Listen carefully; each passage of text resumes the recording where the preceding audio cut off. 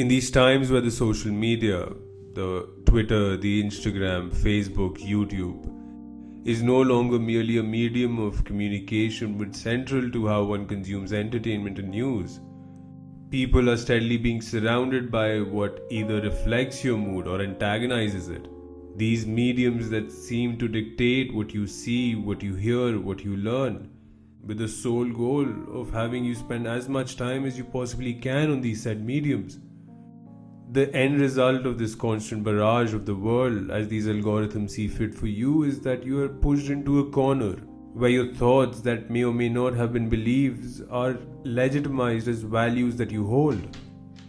And when you do step out of this echo chamber, keeping in mind that you do step away from your phone and not merely sit around the coffee table or the dinner table buried in the horrors of the world, all served to you conveniently in under 140 characters or a short clip or an image with a spin on the news.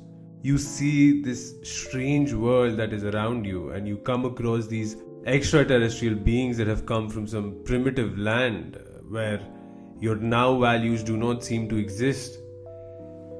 And as you are seated across them, you try and strike a conversation. You call out to them, Mom, Mummy, Amma, Dad, Papa, Pita. And these aliens look and recognize you and they greet you. There is cordial conversation for a stretch of time.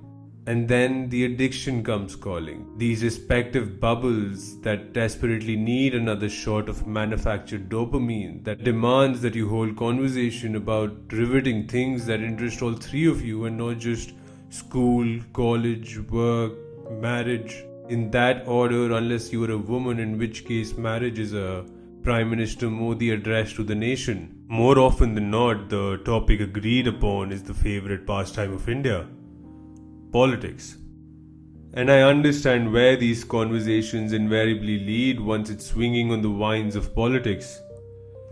Child, I know you believe you are right and they are wrong, that they don't understand, that they're too old, set in their ways, that they have been blinded by propaganda or age-old lies that have been collectively accepted by a section of people as the truth.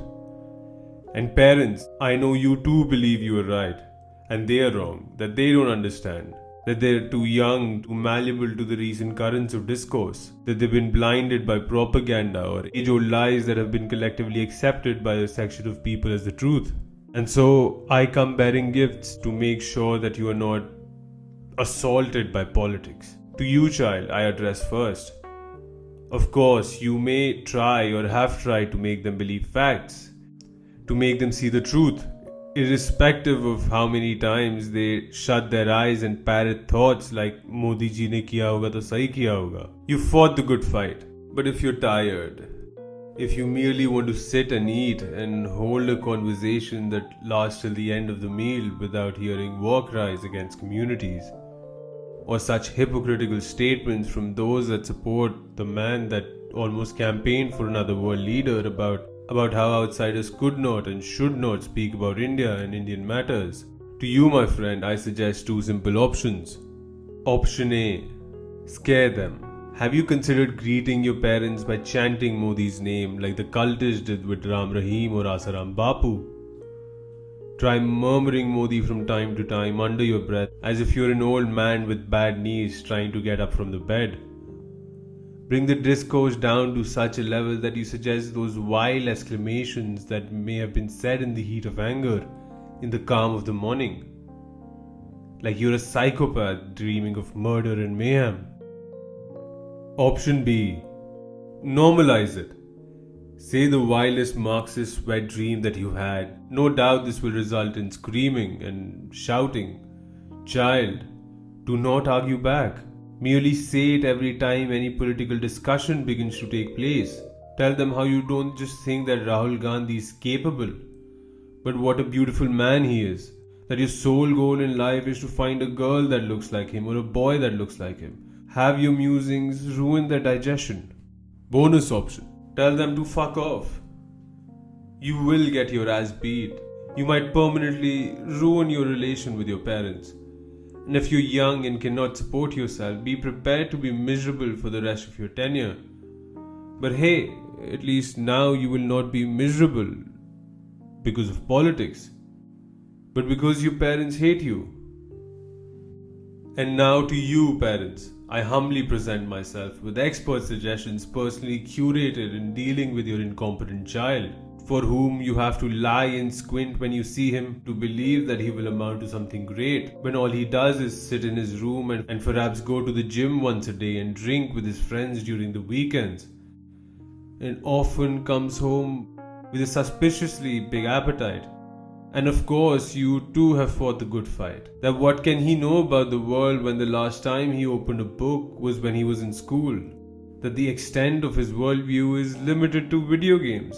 That there is hypocrisy in how one deals with the minorities and the majority. That the agricultural sector needs reforms. That these protesters are paid 500 rupees a day and are willing to die for those 500 rupees in the chilling cold of Delhi. You've tried to make him see that there are demons all around slowly encircling India.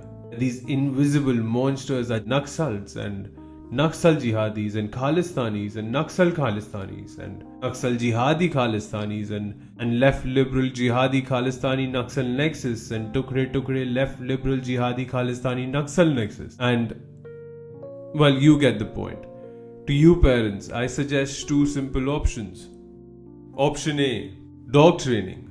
Dogs discern good behavior from the bad by being treated for the good and given nothing for the bad. Treat your child for good behavior, even if it is a little treat. I would refrain from using the term bribe. It needn't be monetary, but a few kind words might do the trick. Or you can lie and tell him you're a proud parent. Keep in mind that this isn't your usual parenting technique. What I'm talking about is subtle, subconscious, rewiring his mental reward system. Do not be heavy-handed. Even the punishment must not be physical, but rather emotional. The idea is to make him feel deprived if he ever strays from good behavior. Option B. Break them down psychologically, mentally cripple them. Shatter any good moments your child may have by criticism. Is your child dressed up for work or school, is out and about? Tell him or her that they look cool, like he's dressed up like a modern Udit Narayan or she a modern Alka Yadnik. Does your child look happy? May I suggest a look of doubt? Or a simple question about what exactly there is to be happy about? That so and so, people they like, ideally their friends, are doing this and this. If your child has no confidence, they will merely sit and be quiet and even agree with whatever it is you want to say. Bonus option. Tell them to fuck off. Your child might hate you, and if financially independent, your child just might fuck off and never come back, and you will be left sitting by the window wondering where you went wrong. But hey, at least you will now be miserable not because of politics, but because your life is sad. So parents, children, you are most welcome.